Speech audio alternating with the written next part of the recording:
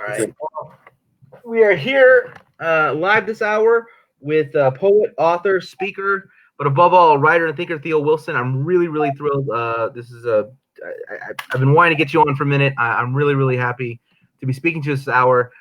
Theo, could you tell us a little bit? We're going to get into like some of the events in your recent life, but before that, can you tell us a little about your poetry career and there in the city of Denver?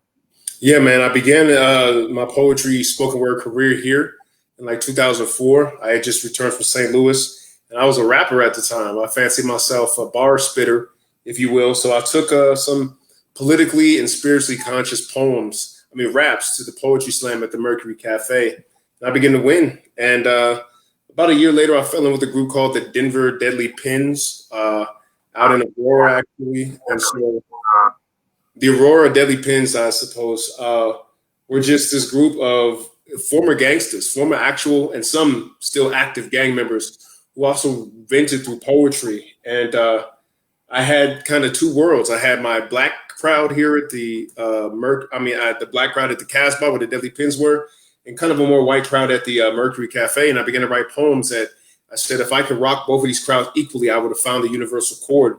And that led me to win a national poetry slam. And yeah, so that led to a speaking career, a couple TED Talks later, and here I am. Yeah, here you are. It's incredible. It's incredible. Can you tell us a little bit about a lot of what we're doing here is trying to preserve some oral histories around different venues, scenes, presses, just different things that some are still around, some are no longer there. But can you tell us a little bit about Cafe Nubia? Mm-hmm. Yeah. So Cafe Nubia was founded by a sister named Ashara Ekundayo, and it began as like not only a poetry venue, but a place to show Black independent films. And I believe that was around 1999-ish that she started that, began to really pick up steam in the Def Poetry Jam era. So it became a major tour stop for really famous poets that were from HBO's Def Poetry Jam. And so it kind of, because it was so large, it put Denver on the map as a real location for poetry to be happening. So Cafe Nubia lasted, I believe, let's say 1999 to maybe 2009, like had a good 10-year run. And then after that, Slam Nubia, the competitive wing, was birthed from that, which I'm a founding member of Slam Nubia. So yeah. And I believe it was in 2011 you won the National Poetry Slam. Was it or multiple times, or was it the time I was there you won was 2011? So yeah. So I was on the final stage multiple times of during the National Poetry Slam, but we won in 2011. And we had kind of a dream team of Dominique, Christina, Allende, Russell, Javon Mays, Brando Chemtrails, and myself. So it was just an amazing thing. It felt like winning the Super Bowl of spoken word. So it was a beautiful like event in my life, and I'm really glad that I was able to make that kind of poetry, spoken word history here in Denver. You know what I mean? So we're gonna spread this. We're gonna attempt to get this out there far and wide. So and it's gonna be seen by a wide cross section of the population who might not be familiar with certain different things. So can you explain to us a little bit explain to the audience what the National Slam is and how it goes down? Well, I can tell you what the National Poetry Slam was. The organization that threw it, PSI, has recently went under, and they're trying to reconstruct what the National Poetry Slam could look like. But essentially, imagine every city. It was like the spoken word kumite, if you in the martial arts films. But it was like every city would choose the best of the best with slams all year round. And then those cities would have a slam off to create a team. And those teams would go to the National Poetry Slam, and whatever team emerged on the top was like the best slam team in the country. And it's subjective as shit, you know what I mean? Like there's 5 people that are handed scorecards in the audience. They can't know you. They can't have any contact with you. They have to be as objective as possible. And then you read your 3-minute poem and they put numbers to your pain and suffering, basically. You know what I mean? And as subjective as that seems, there were certain poets that no matter what happened, they would emerge on top again and again and again. Dominique Christina was one, Rudy Francisco, you got Ed Mabry, Andrea Gibson. They would just emerge time and time again on top. And it's just a beautiful thing to watch this spell casting art form. It was like people were word wizards, you know, and I was happy to, at least for a time, be at the top of the heap of the word wizards in the country, you know? Yeah. Yeah, no, it was definitely. I remember being there, having as you know, having gone, and I remember final stage and some of the group pieces that your team put together. They was really incredible. Can you tell our audience a little bit about group pieces and some of the ones that the 2011 Slam Nua put together? Yeah, man, group pieces is when we all have an idea and then we write into it. There were certain rules and Poetry Slam Incorporated. One of the things was that if you did a group piece, everybody had to have kind of equal share of writing. Like if it was like a 200-line poem, everybody, you know, have to have an equal share of that, depending on how many poets were in that poem. But you know, it's stronger together. You know, some poets are better writers than they are performers, and vice versa. But when you get a concept that's very revolutionary, socially relevant and critical, and I mean, these things are choreographed, like they're you know, they're real performance art. Like it is a thing, and the better they are on page, the better they are on stage. I say the best slams are won on the page before the stage. So that year we had a group piece called Obama, where you know, I did a Barack Obama impersonation, and I was talking about the ironies of Obama being the first Black president, no slave blood, but somehow felt the chains of America and the highest seat in the land. We had a piece called Animals Will Fuck You Up, and it was exactly what it sounds like, man's relationship with animals and how ridiculous it is. Let's see, we had a group called This Is What We've Been Given, from Dominique Christina and Brando Chemtrails, which was amazing. These things might still be on YouTube. I'm not sure if they are. And then our seminal event was the Chain Gang poem. It was a callback to the actual chain gangs where Black folks worked as convict leasing labor, and how they built the country, and we don't have to acknowledge their sacrifices. So that Chain Gang poem was amazing. Like most of us could sing, so we sang in harmony, and it was just a very powerful effect. You know what I mean? When we actually did it. I think I recall the Chain Gang poem. You did on final stage, right? Yeah, we did on final stage. And there was a kind of like a preamble to the poem. I don't know exactly, before the poem began in earnest, where you made a reference to South Africa, correct? The freedom struggle in South Africa. Yeah, that was a mandala. That was a different piece together. I forget. So that was Dominique Christina and Ayende Russell, and they both were incredible singers. And that was a separate piece. And a mandala, it's one of the best spoken word inventions I've ever seen. Just because, number one, they're both very physically attractive people. The idea is powerful, it's hopeful, it's real, and then they both can sing. And they sang in this perfect harmony. It was just amazing. So yeah. Yeah. So that was definitely an incredible team. It was an incredible experience. You know, all the teams were incredible that year. I mean, you know, they always are on final stage, but it was really incredible to watch the whole thing in your team. You know, it was a deserved win amongst a high level of competition.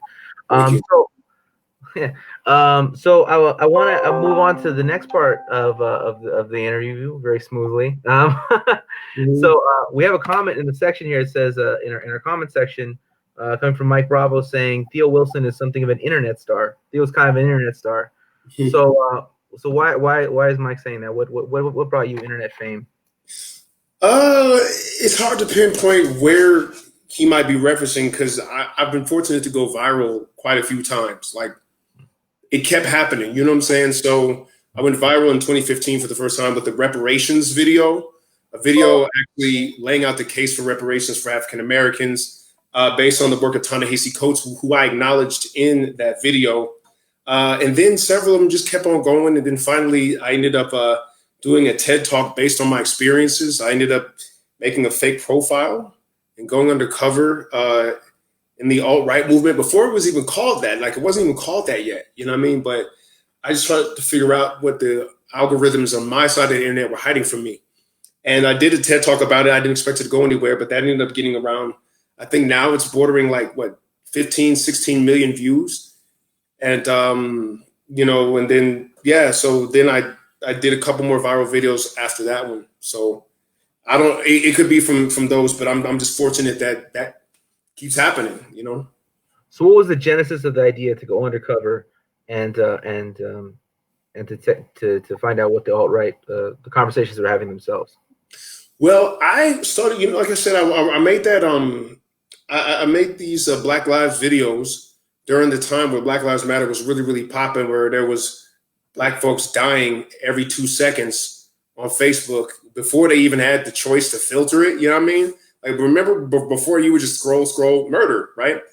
And so I would write very impassioned pleas for Black life, and I would get trolled by a bunch of people who had the same misinformation.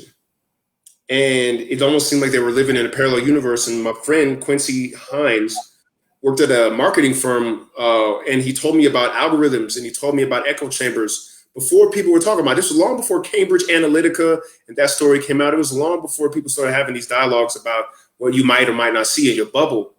So I didn't realize I was a pioneer in doing that. And I just saw that they had fake profiles. Like a lot of these trolls, I didn't know that you could have fake profiles. Like when I joined Facebook, it wasn't MySpace where I could be like, I'm Playalicious303.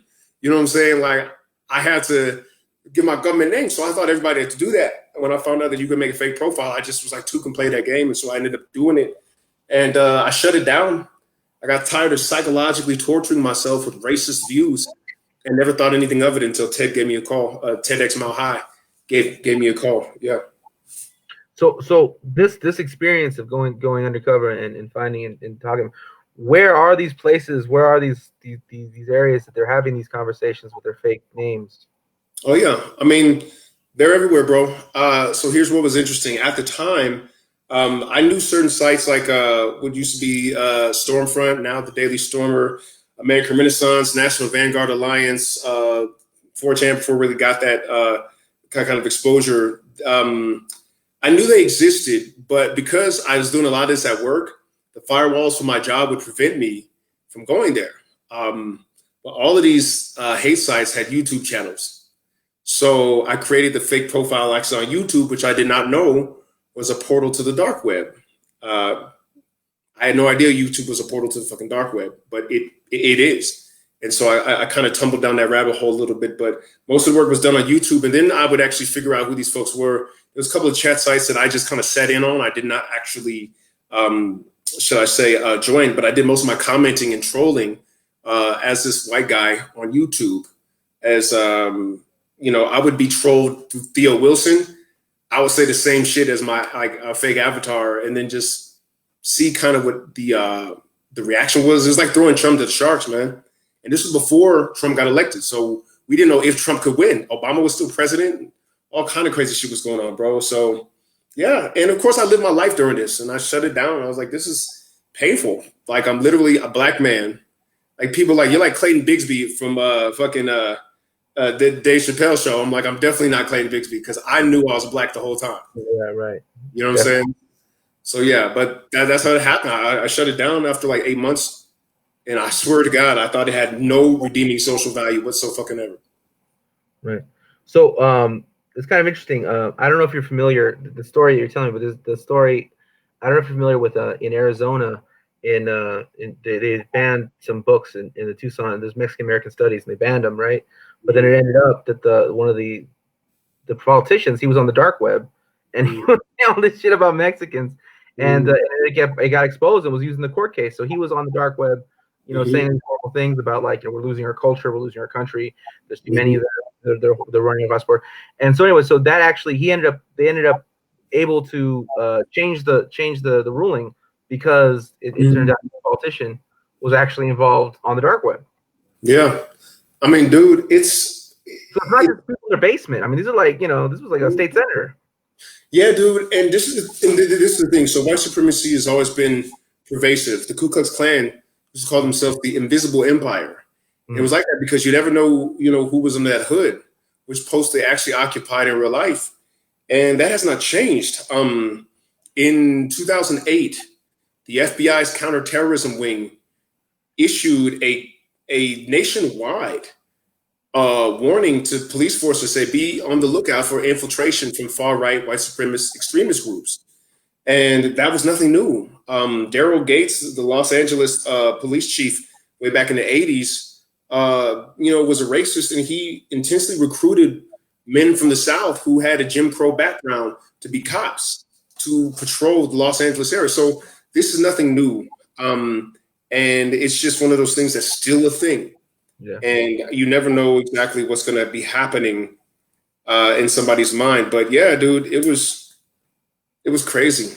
It was fucking crazy. I can't believe I did that to my brain. In fact, I got a couple psychological scars still to this day that I'm kind of working through because that was a little bit much, Yeah. So okay, so that you're done doing that. You shut it down. You do the TED Talk, and then what happens next? Fucking, that was the most exciting and terrifying thing that's ever happened to me, damn near. Because on one hand, you're happy that you're getting all this exposure. You go into your inbox, and CNN wants to talk, MSNBC. I had offers to be on Don Lemon, Hardball with Chris Matthews, you fucking name it, you know what I'm saying?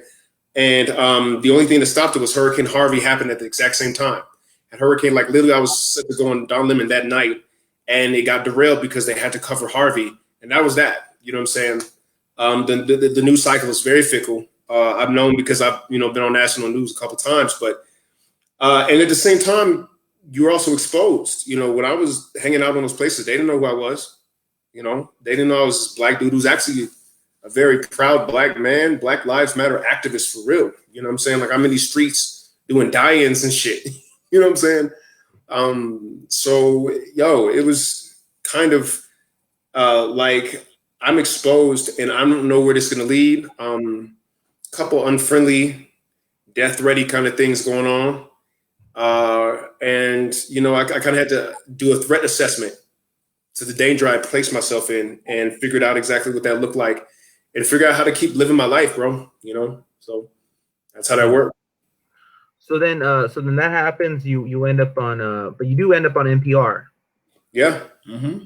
So tell us about that experience. What was it like to be on NPR? How'd that go? It was so dope. They said I was actually already doing a speaking tour out there. The speaking tours happened immediately. I was less than a month in before I was at fucking NYU. You know what I'm saying? And so I just happened to be out there at that time, and it was I just didn't realize the level of fascination that white America would have with it, because Black Twitter been knowing that there was white supremacist trolls posing as them. You know what I'm saying? This isn't news to us. So when you're in a situation whereby, like you're fascinated, and I think the thing that fascinated people, because a lot of folks kept drilling down into this, was I said that I felt compassion for a lot of them folks. I did. They read that as having sympathy for them, and I don't. And so functionally, the difference is compassion is having an emotional cause and effect understanding of what led somebody to where they are. Sympathy is agreeing with where they landed. You know what I'm saying? Like, I know how they got there, but that ain't where they need to stay. That's one of the most destructive places for the country and for themselves personally, to stay in hatred and white supremacy. And I don't get down with that. But so in NPR, they were really drilling down into that and how a proud Black activist fell down the rabbit hole and cloaked himself as a white supremacist. That's what it is. I think, and correct me if I'm wrong, but I think I saw you ended up doing an event, or you met with the guy who had pulled people out of the Klan, like back in the 70s and 80s. Yeah, so I met one of those guys is Daryl Davis. Daryl Davis, yeah. Yeah, I met Daryl Davis briefly at NYU. He and I were speaking on the same panel. And then I met Ron Stallworth, the real Black Klansman, who actually the movie is based on. I actually watched Black Klansman with him, and he and I are Facebook friends, and we're really cool. You know what I mean? Yeah. So what was that like to meet Daryl? What was that like first, and then we'll. Daryl is a it's funny because what people make of Daryl and who Daryl is in real life are two different things. People make Daryl out to be this real soft care bear of a motherfucker, and he's got a quiet strength. Daryl is somebody who knows who he is, and he's heard every possible criticism, and he's got this kind of Martin Luther Kingian kind of strength that I thought was very interesting. He and I have something in common. Like we both play the piano, you know what I mean? So we talked about being piano players. And so, there was a love of music there, which was his in with the clan, but he and I approached things differently because whereas Daryl went in trying to actually see if he could like get folks out of this life, I was just trying to explore how big the movement was. Yeah. I had no interest in getting people out of the life, winning them over, or having them put down their ideology. Does that make sense? No, it makes absolute sense. Yeah. Yeah. It was an intelligence mission. Yeah. Seriously. Yeah. Reconnaissance. That's all it was. You know what I mean? Right. Well, I mean, if everyone's saying the same thing, if there's clearly an echo chamber, there's clearly a cesspool. If they're all saying they use the exact same terms and phrases, and they just move around a little bit, then clearly there's something afoot worth investigating. No, I absolutely agree with you. We have a question from the audience. It comes from Alejandro Jimenez. He says, "Wow, boy, what's up?" Yeah.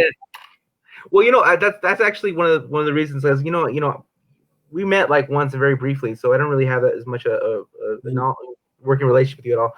But I had Alejandro on and I had Hoser on. And I thought like, well, I gotta get, and then everyone kept talking about Cafe Nuba, so I'm like, well, I gotta get Theo on. So that was kind of initial impetus. So Alejandro says, what took more energy, being a white supremacist or talking to the fascinated white folks about your experience and why? Oh, definitely masking myself as a white supremacist took way more energy, bro. Because the double-mindedness that I had to engage in was something of a very painful schizophrenic process, right? Certain things were left in my spirit that I wish were not there. I wish I could unknow some of the things that I know. You know what I'm saying? So, at least when the friendly white folks wanted to hear about it, they was paying me most of the time to talk about it, right? And that helps a little bit. I'm not going to lie. But during the process, there was no reward. When I tell you I'm shocked about this, I mean, so, if you had Alejandro on, used to be my roommate, if you had Hoser on and they know me, then they will tell you, like, when it comes to talking shit about black folks, I don't tolerate that shit. Like, up into the level of, like, if I have to, like, put these hands on you, I will. Like, do not disrespect my people. But I had to know the scope and scale of the freaking emergence of white supremacy. Like, there was no, because I'm a police brutality survivor. So this has already threatened my life. I don't got the choice to be like, I'm gonna just let this, like, I'm gonna just chill and see what happens. I'm like, fuck that. I need to know what they think, how they think, why they're here, why are they reemerging? You know what I'm saying? What do they want? Like, how do they think they're gonna win? You know what I mean? And then I saw, oh shit, they could fucking win. You know what I mean? Like, it was crazy. I saw Trump winning like months before it went down. So yeah. So okay, so let's move on from this part. I think we got it. We got the picture. And why keep at it? So you have this video about reparations that goes viral. Can you tell us about kind of the content of the video and how your response to when it went viral? Yeah, so the content of the video was based around the fact that this is a capitalist society and we've got systemic disenfranchisement showing up in a very ruthless way when it comes to our inability to control our environment. And one of those elements in our environment is police. One of those elements in our environment is gentrification. Those elements in our environment look like drug addiction, trauma, and everything that leads to us being in the prison industrial complex. If you can inherit wealth, you can also inherit the lack of wealth. You feel me? Yeah. Both things are true. So if you can inherit an abundance, you can inherit poverty. And when I started to tie together the current state of black folks right now, being directly linked to the fact that there is a debt owed that keeps getting bigger, because it ain't like they left us alone after 1850. You know what I'm saying? Like after 1865. You feel me? So I think that when Ta-Nehisi Coates put it in such articulate terms about what was really at stake for us, I thought it was very well written. But I'm kind of hood, so I was like, let me just take it and condense it so the hood could understand. And yeah, bro, it went batshit crazy on the internet. And how I did it was the first minute of it, I was talking like I don't want reparations. I researched both sides of it. You know what I'm saying? I was like, oh, y'all niggas want free money because you're black and shit. You know what I'm saying? And which looped in a lot of anger. And I could tell who had the short attention span. You know what I'm saying? I could tell who only watched that shit for the first minute. I was like, see, that's your problem. Stick with me. Stick with me. And I did that too because if somebody was anti-reparations, they were going to agree with me for that first minute. And then slowly it was really a bait and switch. And slowly I began to talk about the actual debt owed and what it looks like in the current times. So yeah, it was just ridiculous. So I was hoping that it would get maybe 5 or 10,000 views. I never got more than 1,000 views before. And it got like 165,000. You know what I'm saying? And several videos after that got way, way, way more than that, Mm. So these videos going viral. I mean, it's kind of interesting to me that the approach you did that, because it's more like a technical kind of question. Do you think your background in writing poetry, particularly performance poetry, kind of has allowed you to develop these FB these Facebook Live kind of talks? Because doing a bait and switch, doing this, doing that, those are all kind of like tricks of the trade from slam, right? So yeah. There's no question that slam influenced how I wrote everything else. Slam was such a very harsh initiation.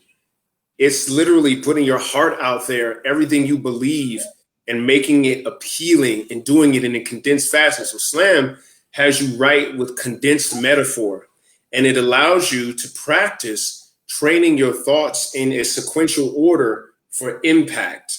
And one of the things that I continually use for slam is metaphor. A lot of people, when they write, even when they write, compellingly for speeches or whatnot, they write in narrative, but they don't write in simile. You know what I'm saying? Like they don't know how to make correct, emotionally compelling comparisons. And when I figured out how to do that in other places, there's no question that the harsh school of slam, because it was a harsh fucking school.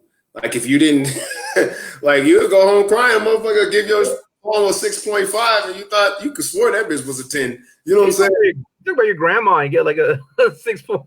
Right. You up here crying when he wrote it. So like slam was high stakes in many ways, and there's no school like it. There's really no school. There's no writing school like fucking slam. And it just translates. So yeah, it definitely does. You know what I mean? And slam is still the most difficult thing to write aside from well-written rap. Well-written rap is a little more difficult to write than slam. Shitty rap is easy. Yeah. All right. So here's the question though. I'm really interested in this part. How do you adjust from like having an audience, right? You're doing slam. You say things. You know when you're gonna pause. You know when they're gonna clap. You know when this. It's all kind of built in. So like now you're just looking at your phone, and now you gotta like maintain your dynamism without a crowd, without response, without being able to look into someone's eyes and know that they really understood your point. You're just looking at yourself, and you're like, now this, now. Well, like, yeah. A lot of times I avoid looking at myself. I look directly into like the lens. You know what I'm saying? Yeah. Because if I look at myself, I'm gonna start checking my teeth and shit. You know, like, So, but also that then there's acting. I got my degree in theater performance in 2003, so I know how to be on stage. I know how to be in front of camera, and these all translated in ways that had shit to do with what I got my degree in, but they're very, very effective tools in other arenas. Yeah. So like, I have many friends who are, involved in left-wing politics, involved in radical politics. And, they're used to like going on talking on shows like that, but I've seen them making their live stream videos. Right. And these are people that, they got these followings, they've written books, stuff like that. but they're the most awkward, just awkward speakers on camera because they're just not trained for this, right? Not trained for this. So what technical advice do you have for people to when they're going to make their live stream? They have something very important to say. They're looking at a camera. How do they not come off as like stiff? You have to be alive, meaning you have to be mindful and place your attention on the feelings that you have and let them animate visibly through your face, through your eyes, through your mouth, through your voice. You have to come alive. Like you have to be the energy that you want to portray. And that's in acting, and that's with slam too. You see what I'm saying? Slam often turns to contests of just who was more alive on stage.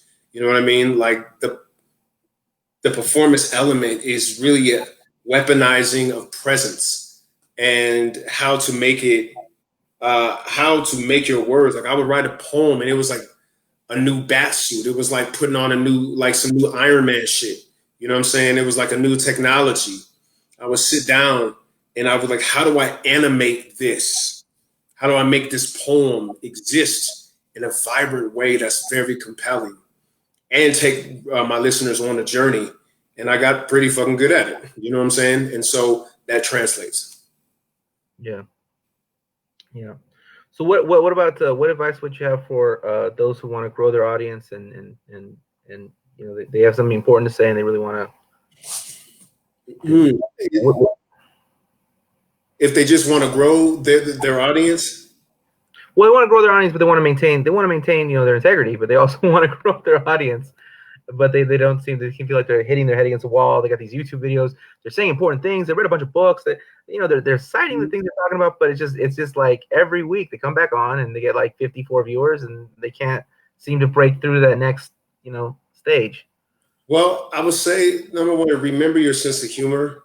And one of the things that I started doing was if there was an argument in the country, I would win the argument, or at least debate the side of the argument that people would be all on at a certain level. And I would go just a little bit deeper. I would have my facts and figures ready.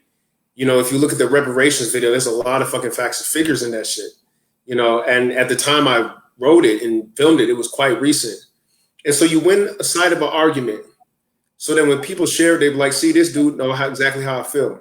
This person is exactly, did this person right? Which means you have to have a stance, which means you have to have a take on the situation. And the rest of it, bro, I can't call it. I don't know why certain things win and certain things flop. There's like my most popular video that I ever did with my own cell phone is when Trump called Haiti a shithole country. An African country is a shithole country. And so one principle, I guess, is you got to get them in the first few seconds. And I said in the first few seconds, I said, dear President Trump, you should have known that thing you call a mouth was a shithole when it started attracting racists like flies. You know what I'm saying? Like, yeah, slam. Like that would have been the first line of a poem.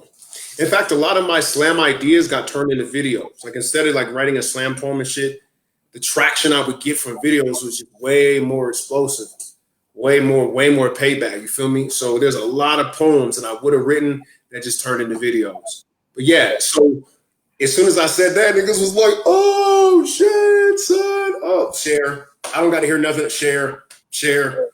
That's what I wanted to say, share. And that got like 1.3 million or 1.2 million views. You know what I'm saying?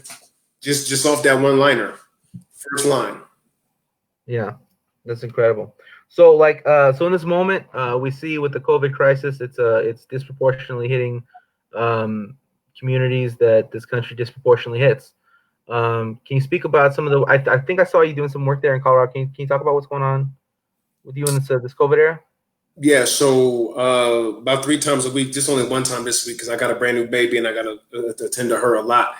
But there's a place called the Struggle of Love Foundation that works out of the Rocky Mountain food pantry, something like that. I forgot what that one's called, but they're the ones who supply us the food. It's on 47th in Peoria, and we give away sacks of love, like food bags and food boxes, 5 days a week. And it's so crazy because like the first people we started seeing there was Black and Latino people because that's who's up in the far northeast of Denver.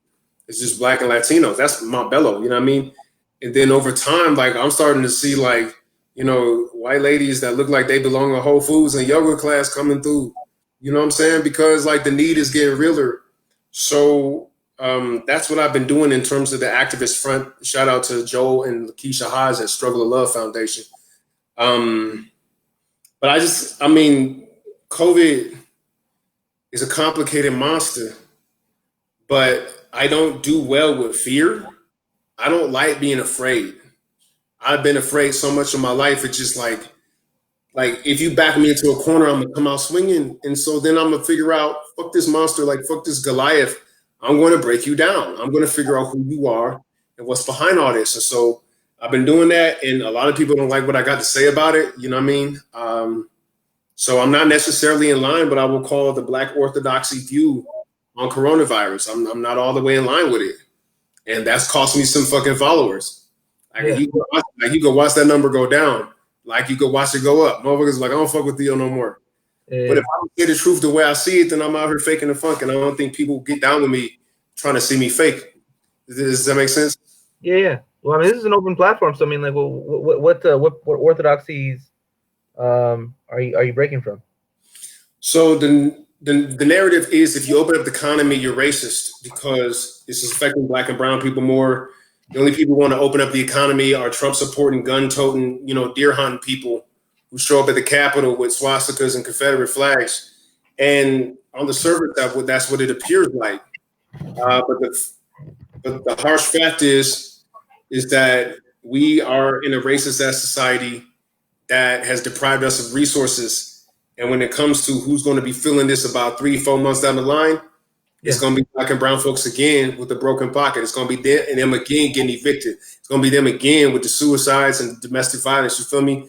And I think that we ain't seen it yet, but the death toll, no matter how crazy it looks, on the back end is just going to even be even worse. I mean, you got people, for example, who go bankrupt off of freaking one trip to the hospital. We're in a pandemic when you got everybody losing their job, and most of the people who got healthcare got it from their job. Like, what the fuck you think is going to happen? People going to die at home. Like, there's a whole other side to it. And I believe that it was Stanford University. Stanford University first came out with a study that said that the infection rate for COVID-19 is hella higher than we thought. It's about 50 to 85 times. And I had to double check. It's 50 to 85 times higher. Like, God damn, that's crazy. This shit's highly infected. So when you look at, a highly infectious disease is going to affect people who stacked in the projects, most definitely. You see what I'm saying? But is it lethal? Is it lethal the way that they're saying it? You know what I mean? And then University of Southern California did another freaking study. And then Northeastern University did a study. And then the state of New York itself did a freaking antibody study. And they said this shit is about 50 times more than what we thought, which cuts the death rate down like literally to 1/50th of what we thought it was.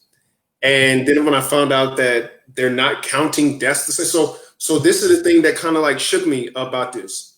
I got a Facebook friend named Lene Turner. She's a sister. And her dad, her granddad died of natural ass causes. I want to call him up, but he was an old dude in hospice. He dying. Like, everybody know he dying. You know what I'm saying? And when he finally passed away, the coroner come back, say this is a COVID-19 death. It's like, what you talking about COVID-19? He was old. And so her family got into this long, extended, protracted fight where they were literally rigging his death certificate to say COVID-19 when it wasn't. And I started looking into it, like, is this a policy they can do? And they can. So I don't trust the death rate numbers because Dr. Burks herself, there's this other lady named Dr. Ngozi, she herself admitted they're counting these numbers wrong. And COVID-19 right now, we have seen, appropriates comorbid conditions. If you die in some other shit, if you go to the hospital, and Black folks, because of, you know what I'm saying, we live in food deserts, that's structural racism right there. You feel me? Yeah. Like, we got diabetes, we got all these other things that would have killed us anyway. Asthma, you fucking name it, because we be living We be living in places that got air pollution, you know what I'm saying? So when you take those into the hospital and then you say, no, you died of COVID-19, it's going to look like we're dying like flies of this thing. They're playing correlation while we're reacting like it's causation. And we know correlation isn't causation. And this is the conversation that people don't like to have. And I'm saying to them, this is actually liberating. I'm telling you, stop being a fucking afraid and fight for the right to feed your family, or else you the one, black folks, who's going to be hurt the most out of this. You got the most ruthless landlords. You got people who don't give a fuck about your existence. I said, look, man, I know some black men that if their privilege wasn't, what it was, they'd be in the Capitol steps with some guns out too. You see what I'm saying? Like, they said that we're looking at losing, and this is the UN. So this ain't brother Imhotep Ra ex Shabazz to the fifth power down the street, because this is the UN that says that we're looking at 130 million people teetering on the brink of starvation at the end of 2020 because of the economic shutdowns, with an extra 300,000 per day dying for the next 3 months after that. 245 million dying in all because of the economic shutdowns, and that's just starvation. We're not talking about addiction relapse. We're not talking about suicide. We're not talking about domestic violence, killing women because of lockdown. You see what I'm saying? So there were things that are bad, and we got forced to choose between two fucked up situations, but you keep on with this fear shit, and you're going to enable a much worse outcome thinking that you're saving lives when in the long run you're taking them. And that's what I'll be saying on my page, and people ain't ready to hear it. Yeah. Well, I mean, I'll put it straight up, man. I think that it passed through California in January. It did. A bunch of friends of mine got sick as fuck. I mean, bad. I mean, it was not good. It was not pleasant. And it was pretty horrible. It was pretty bad. I haven't been that sick in years. But everyone I knew was sick. It wasn't and these weren't a bunch of poets. So we were all at the same venue. No, this was poets, teachers, organizers.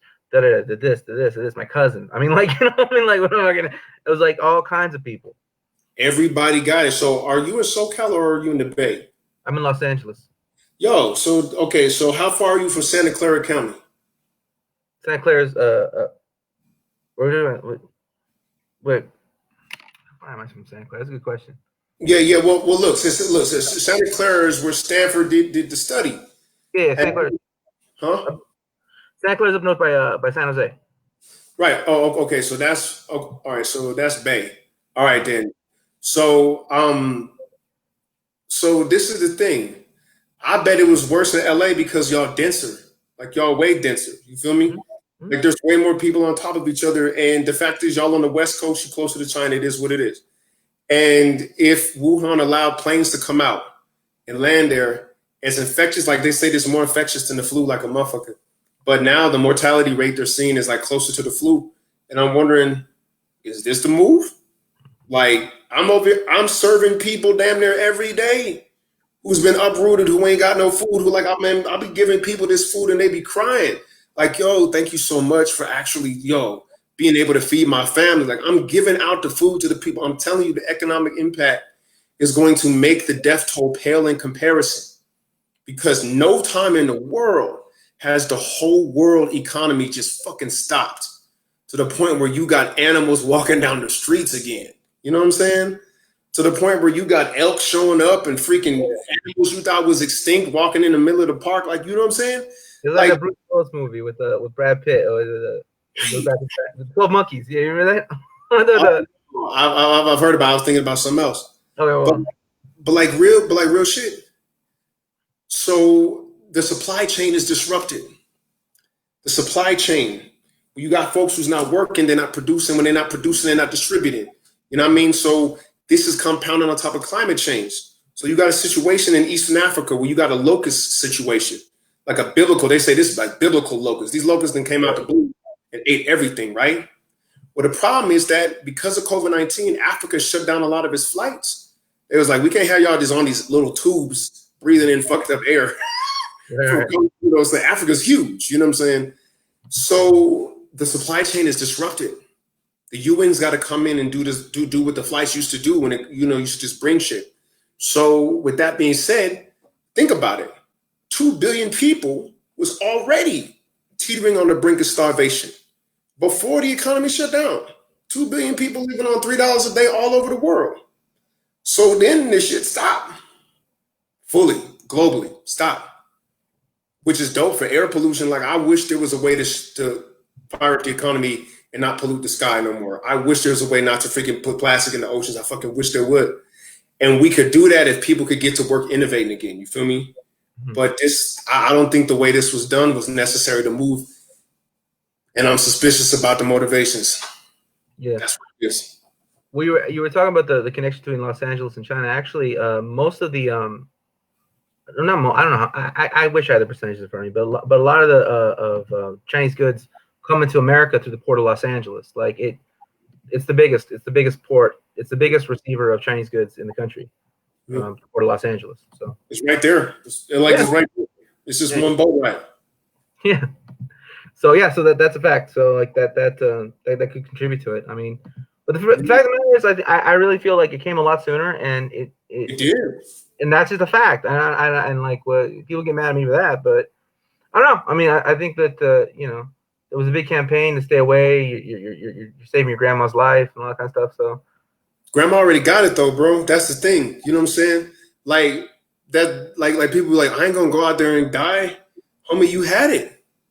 You had it. Like the motherfucking numbers are telling you, you had the shit. We're on our way to herd immunity, whether we want to be or not. That's the thing. Like, we were herd immunity on Sweden's tripping blood. Y'all on the way there. Lisa said 25% in New York City, that's 8.8 million people, done already had it. So that's what 2.2 million people in New York, 2.7 million people in New York City done already had it. Y'all on the way there. So how you gonna contact trace that shit? That's what I'm saying. How you gonna contact trace millions of people? With what tools are you going to do that? Why you want all these people business like that? You know what I'm saying? So these are the questions I think are going to be more pertinent, since most of us, whether we want to admit it or not, been already low key been infected. Yeah. I don't know, but but it's an open forum. So yeah. What are they saying in the questions? Is somebody talking shit? Probably somebody talking shit right now. I bet they are. I've kind of I've never gone the level of viral you have, but I have my own little following and battles with haters, and I've always been very clear to people that if they want to say some shit about me, I will research them and then make the topic about them. Right. That's what, and I say it on many occasions. I'm like, if you come after me, here's what's gonna happen. I don't owe unprincipled people a principled conversation. No, it's true. And if you're full of shit, I don't know your shit. So you're gonna come at me. What's gonna happen is not what you think is gonna happen, because I will look into you, and the first one that defends themselves loses. And believe me, you're gonna defend yourself before I defend myself. You know what I mean? That's the way it is. Clap back. Yeah, no one's saying anything. But anyways, we're approaching the hour. I really, really appreciate your time. Is there anything you want people to know about your work, your continued work, or anything you're doing right now? I mean, the Law of Action is the book I wrote, man. I mean, I don't know if y'all remember The Secret that came out. They're like Law of Attraction, create a vision board, and just think about the shit. But there was some holes in that theory, and I wrote a book exposing my walk with it, and some of the principles that I use in the Law of Action helps me go viral, help me build my following, and kind of help me get on to much closer to the world stage than I've ever thought I would be. You know what I mean? So the Law of Action on Amazon, just type in my name, type in the Law of Action, and you'll find it. Cop it. Yeah. No, I like that. The Law of Action. We'll drop the link below. Yeah, the Law of Action. That makes a lot more sense than Law of Attraction. Yeah. Yeah. Otherwise, you heard it here. If you want the thing, do the thing. So. Mm-hmm. Yeah. Already, bro. Theo, I really appreciate your time, and I'm sure we'll be talking soon. Thank you very much, man. Appreciate that. All the back, bro. Mm-hmm.